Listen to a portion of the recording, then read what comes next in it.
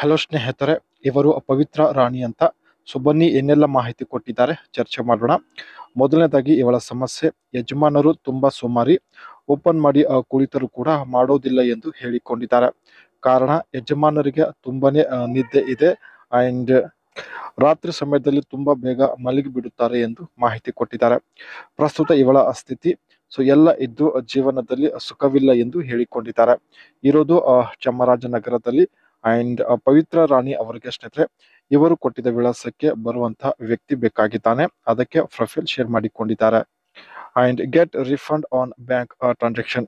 ಒಂದು ವೇಳೆ ಸ್ನೇಹಿತರೆ ಬ್ಯಾಂಕ್ ಟ್ರಾನ್ಸಾಕ್ಷನ್ ಫೇಲ್ ಆಗಿದ್ರೆ ಅದನ್ನ ಹೇಗೆ ರಿಫಂಡ್ ಆಗಿ ತೆಗೆದುಕೊಳ್ಳಬೇಕು ಎಂಬುದ್ರ ಬಗ್ಗೆ ಮಾಹಿತಿ ಕೊಟ್ಟಿದ್ದಾರೆ. ಸೊ ಇದ್ರ ಬಗ್ಗೆ ಮುಂದೆ ಚರ್ಚೆ ಮಾಡೋಣ. ಮನೆಗೆ ಬರುವಂತಹ ವ್ಯಕ್ತಿಯ ಲಕ್ಷಣಗಳು, ಪ್ರತಿದಿನ ಮನೆಗೆ ಬರಲು ರೆಡಿ ಇರುವಂತಹ ವ್ಯಕ್ತಿ ಆಗಿರಬೇಕು ಎಂದು ಹೇಳಿದ್ದಾರೆ.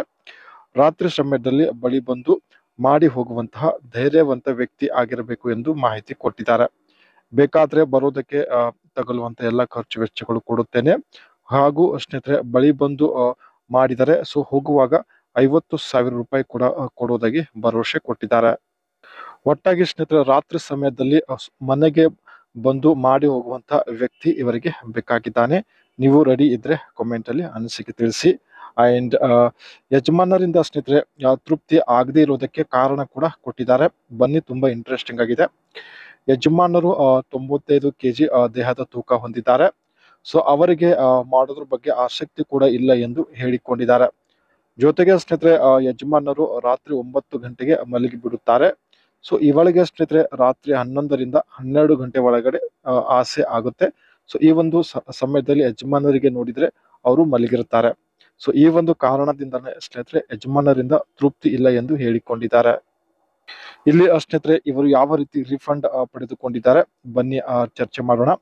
Identify the transaction issue, understand the problem such as unauthorised transaction and contact the merchants if it's a purchase issue. Reach out of the merchants first to request a refund. ನೀವು ಯಾವ application ಇಂದ payment ಮಾಡಿದಾರ so ಅದರಲ್ಲಿ refund option ಇದ್ರೆ click ಮಾಡಿ ಎಂದು ಹೇಳಿಕೊಂಡಿದ್ದಾರೆ.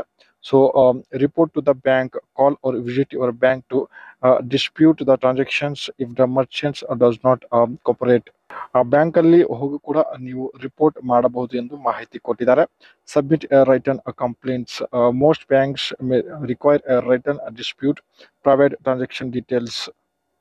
ಬ್ಯಾಂಕ್ಗೆ ಸ್ನೇಹಿತರೆ ವಿಸಿಟ್ ನೀಡಿ ನೀವು ಒಂದು ಲೆಟರ್ ಬರೆಯುವುದರ ಮೂಲಕ ತಮ್ಮ ಒಂದು ರಿಫಂಡ್ ಪಡೆದುಕೊಳ್ಳಬಹುದು ಎಂದು ಹೇಳಿದ್ದಾರೆ.